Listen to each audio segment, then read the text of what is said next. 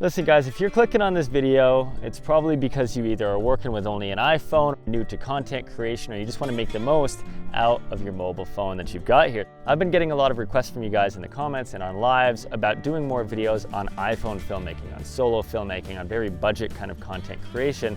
So that's exactly what this is. This is kind of inspired by both your comments of shooting solo filmmaking on the iPhone and also Hohem sending out this new gimbal here, which we're going to kind of take alongside us. This is the Hohem iSteady V3 gimbal, and it's a mobile gimbal, which is actually very convenient for what we're talking about today.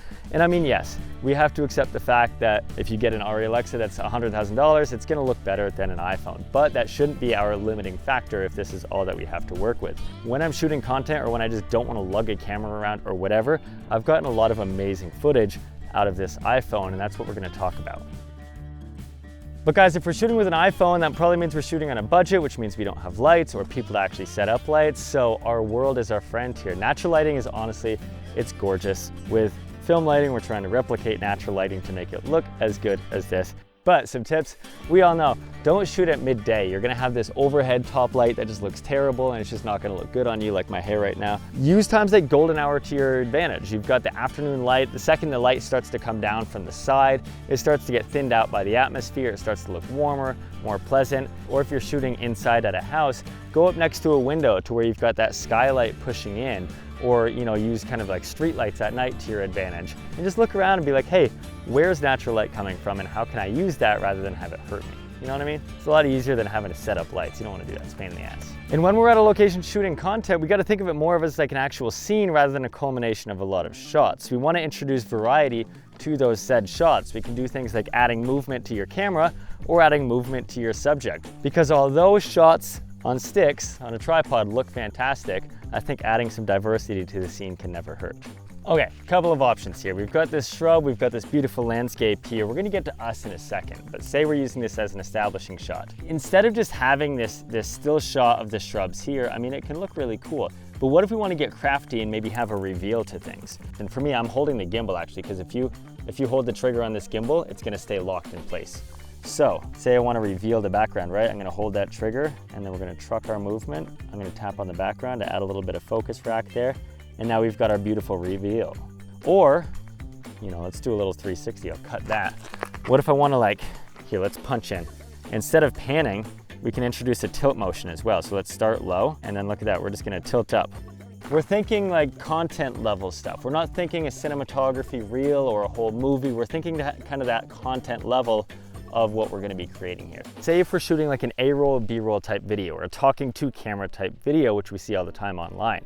Well, we need that A-roll, so we're going to get that. That's kind of what you're looking at right now. But you want to supplement that with what's called B-roll, which is kind of that overlay footage that is whatever you're talking about to give the viewer visual interest of whatever we're looking at.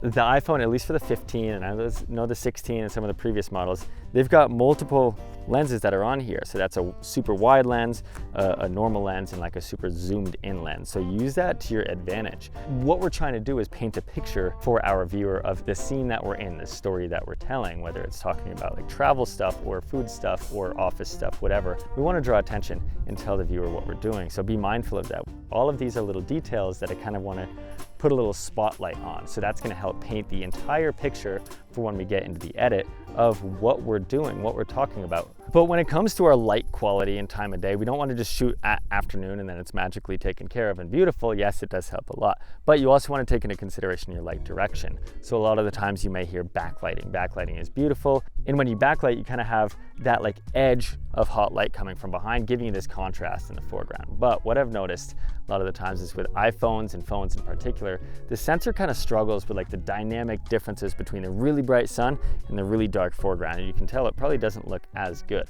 So one thing I like to do a lot is actually put my light source, whether it's a sun or a street light or a window, to the side of me, because then it's still going to illuminate some of my foreground, but be coming from a more pleasing direction. You're going to still get that contrast of your brights and your darks, but it's not just going to be totally flat and washing out. So it's kind of that happy middle ground of what your camera sensor can handle with the phone and what still looks really, really pretty.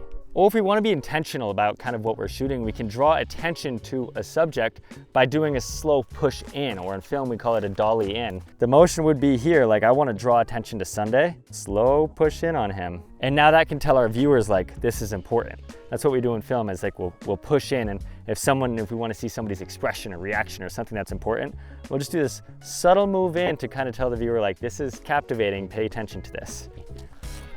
He's so good. He's gonna get the biggest treats after this. Now, if you're looking at this and saying, hey Brady, what if I want movement with myself? It's solo filmmaking, right? And you know, you got a good point. That's something where this would come in handy. So with the V3 Ultra, now they've got this little guy that's right here. This can actually communicate via AI to track you and your subject, whatever it is. So all you can do is, one, the screen comes out, which is pretty cool. So you've got this remote control aspect. You can either do that or the phone app, and then you can track yourself or your subject, whatever you want to track, and then you can introduce some movement that way. You can also control this movement and this tracking via hand controls. And then if you just give it an okay sign, it's gonna start tracking your face. So if you're walking through the scene, if you're doing a little walk and talk, you can do this type of thing. And also, you get the benefit of this thing being 360-degree swivel. So I can just keep going and going and going, and it can spin in a full circle. So whatever your content needs are, if you wanna do some freaky 360 carousel type things, you can. But then if you want it to stop, you just hit the hand up there, it stops. When you are working in the app, you've actually got this screen that pulls out from the back of the gimbal, right? All it is just magnetic in here, and it communicates that way. But when you pull this screen out, it's gonna be able to communicate wirelessly, and then you can control the camera all through this, which is honestly awesome. So I can just pan this around. I can start recording from here as well. So let's start recording, and it's gonna look for faces. It looks like it's recording as well. So that way I can have this on a remote, and I can say, hey, track me, and then you've got control over your tracking through the screen as well. And then you cut the camera, and then it's not going to be recording on that. So this is like a little wireless camera control module, which is very helpful. For me personally, I think that the iPhone camera app just doesn't do a good job getting you a good image. So instead of that, I use the Blackmagic Cam app, and that lets you control all of your camera settings and fine tune that, as well as the big advantage of shooting in ProRes and shooting in log camera. Keep in mind, yes, that it is an iPhone that I'm shooting on, but when I'm shooting in ProRes log and grading that, there is a lot of flexibility, and I can get a really good looking image out of the iPhone using log on the Blackmagic Cam app. So that is definitely something to keep in mind. But if you are using the camera app, I think that one thing I always run into is the auto white balance, that it's really weird. So we always want, for example, this sunset sky that we have here. Whenever you point an iPhone camera at it, it turns cool and the white balance gets all wonky. So what I do is actually, I take the camera and I point it at the blue side of the sky, the cool side of the sky, and I press and hold the screen. And this is in the camera app, the iPhone camera app. And in the iPhone camera app, I press and hold the screen, and that does this autofocus lock. And what that does is locks the white balance as well. So you lock the focus and the white balance on the blue sky, come back over to the warm sky, and then the sky looks a lot truer to real life. And if I'm shooting with an iPhone, I need portability because I'm either without a camera or I'm just on the road. And a lot of the times when I'm doing that and I'm out traveling or I just don't want to bring a camera, I actually do use my iPhone. So speaking on the fact of portability, it tucks away nicely. This tripod comes out of here, and this can really fit into your pocket or back pocket or a little camera bag or something small like that, which is great because whenever it comes to gimbals, I don't want to bring something big and I don't want to bring something fat.